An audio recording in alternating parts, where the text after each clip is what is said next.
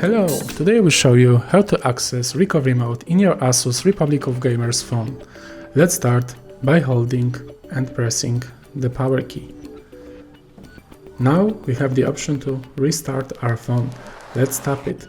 Now, before we tap it again, once the phone turns off, start pressing the power key and the volume down key together until the ASUS logo appears. So restart, and once it powers off, we start holding both keys until we see the second logo. Now, and that's how you get into the Android recovery menu.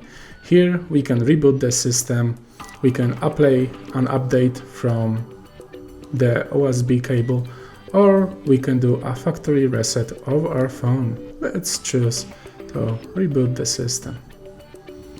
And that's how you access the recovery menu of your ASUS Republic of Gamers phone. Hope this video helped you, and if it did, please leave a like and subscribe.